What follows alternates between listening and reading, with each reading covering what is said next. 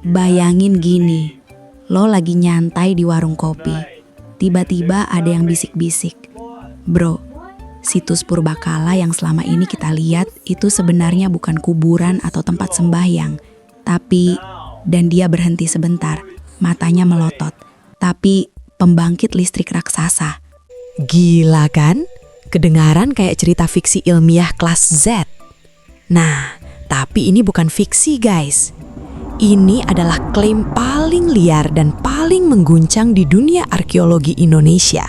Dan pusatnya ada di Cianjur, Jawa Barat. Gunung Padang. Lo mungkin udah sering dengar nama ini. Situs yang bentuknya kayak punden berundak raksasa. Tumpukan batu-batu basal kolom yang usianya diklaim puluhan ribu tahun. Jauh lebih tua dari piramida Giza. Jauh lebih tua dari peradaban manapun yang kita kenal di sekolah. Tapi yang kita bahas hari ini bukan soal usia atau siapa yang bangun. Kita bahas batunya. Batu-batu di Gunung Padang ini aneh bin ajaib. Mereka bukan cuma tumpukan mineral mati. Mereka punya sesuatu. Mereka punya energi yang tak terlihat. Kenapa batu-batu ini sering disebut batu gamelan? Kenapa teori pembangkit listrik kuno ini bisa muncul? Dan kenapa para ahli geologi sampai geleng-geleng kepala melihat anomali di sana? Gue akan kupas tuntas di channel Tahu Gak Sih Lu? Oke, langsung to the point. Klaim tentang Gunung Padang sebagai pembangkit listrik kuno raksasa ini bukan isapan jempol semata. Ini datang dari tim riset multidisiplin yang melakukan pengeboran dan penelitian serius di sana. Hasilnya, mereka nemuin kalau Gunung Padang itu bukan cuma bukit biasa yang ditumpukin batu di atasnya.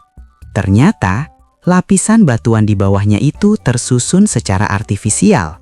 Maksudnya, disusun sengaja oleh tangan entah siapa, entah peradaban apa, sampai kedalaman ratusan meter. Bayangin, ini kayak menemukan gedung pencakar langit kuno yang terkubur jauh sebelum kita tahu cara bikin semen. Terus, apa hubungannya sama listrik? Disinilah kita masuk ke jantung kontroversi. Menurut teori ini, struktur Gunung Padang dengan susunan batu basal kolom yang masif dan berulang berfungsi mirip resonator atau kapasitor raksasa. Alat untuk menangkap, menyimpan, dan mungkin memancarkan energi alam. Energi alam ini bisa berupa energi geologi, elektromagnetik, atau bahkan energi kosmik. Mereka menduga peradaban kuno yang membangunnya adalah peradaban yang sudah menguasai fisika dasar, terutama yang terkait dengan fenomena geologis. Mereka mungkin tahu betul di titik-titik bumi mana energi paling kuat bisa diserap, dan mereka membangun alat ini untuk memanennya. Bayangin, kita sekarang pusing cari energi terbarukan, sibuk sama panel surya dan turbin angin. Tapi ternyata ribuan tahun lalu kakek moyang kita di Cianjur udah punya sistem energi berbasis bebatuan. Kalau ini benar, ini bukan cuma penemuan arkeologi. Ini adalah penemuan yang bisa mengubah sejarah teknologi dunia. Sekarang kita fokus ke hal yang paling bikin merinding. Anomali geologis batuan. Lo harus tahu, batu-batu basal kolom di Gunung Padang itu bukan sekadar batu biasa.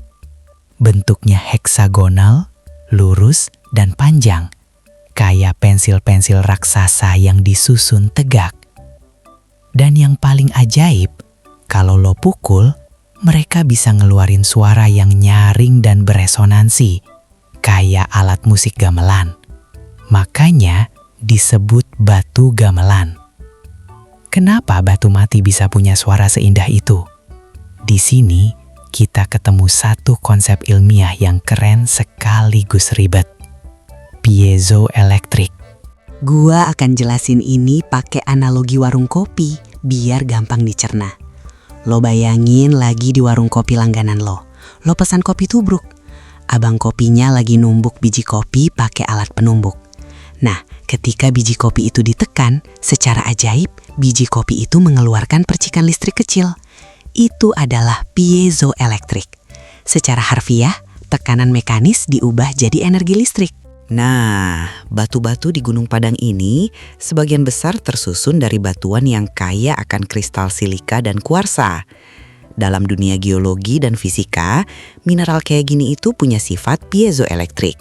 Artinya, ketika mereka mengalami tekanan mekanis, entah itu getaran bumi, tekanan tektonik, atau bahkan getaran suara frekuensi rendah, mereka bisa menghasilkan muatan listrik. Inilah kenapa muncul istilah energi yang tak terlihat. Bukan energi gaib atau mistis, guys. Ini energi elektromekanis yang dihasilkan oleh batu itu sendiri. Tim peneliti sempat mencatat anomali magnetik dan sinyal listrik di area tertentu di situs itu. Mereka menduga struktur basal kolom Gunung Padang itu sengaja disusun sedemikian rupa untuk memperkuat efek piezoelektrik ini. Batu-batu itu bekerja kayak transducer atau sensor raksasa yang menangkap getaran energi bumi dan mengubahnya menjadi sinyal atau dalam teori ekstrimnya menjadi energi yang bisa dimanfaatkan. Jadi, ketika kita bilang pembangkit listrik kuno, kita bukan bicara turbin atau kabel. Kita bicara arsitektur cerdas yang memanfaatkan sifat fisika alam dari mineral yang ada di sana. Ini keren banget. Tapi tunggu dulu, gak semua orang tepuk tangan. Di setiap tongkrongan pasti ada yang skeptis. Dan dalam kasus Gunung Padang, kelompok skeptis terkuat datang dari geolog dan arkeolog konvensional. Menurut mereka, klaim pembangkit listrik kuno dan struktur buatan manusia sedalam ratusan meter itu adalah berlebihan. Mereka berpegangan pada ilmu geologi murni. Mereka bilang batu basal kolom itu memang terbentuk secara alami. Prosesnya disebut jointed columnar basalt. Ini adalah fenomena umum yang terjadi ketika aliran lava gunung berapi mendingin dengan sangat lambat dan merata. Pendinginan ini bikin batuan retak secara teratur dalam pola heksagonal. Batuan kayak gini memang punya resonansi akustik yang tinggi, tapi itu bukan karena sengaja dibikin jadi alat musik atau alat listrik. Itu karena kepadatan dan strukturnya. Soal umur puluhan ribu tahun, para geolog meragukan metode penanggalan karbon yang dipakai. Mereka berpendapat material organik yang diambil dari kedalaman itu mungkin adalah material yang terbawa dari atas, atau usianya tidak merepresentasikan usia konstruksi buatan, melainkan usia batuan vulkanik itu sendiri. Kalau versi geologi konvensional ini benar, Gunung Padang adalah sebuah keajaiban alam yang luar biasa. Sebuah leher gunung berapi purba yang terkikis dan membentuk struktur unik. Itu berarti struktur yang kita lihat itu bukan candi atau piramida, melainkan hasil karya erosi dan waktu selama jutaan tahun.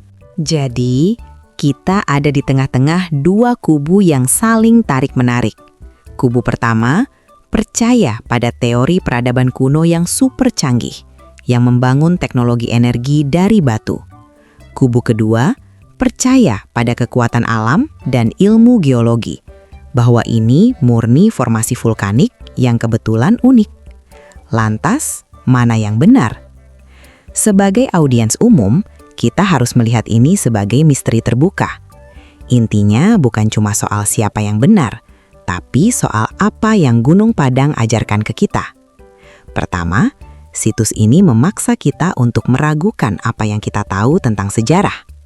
Apakah benar peradaban manusia yang kita anggap primitif di masa lalu ternyata sudah menguasai konsep fisika yang bahkan baru kita pahami sepenuhnya beberapa abad terakhir?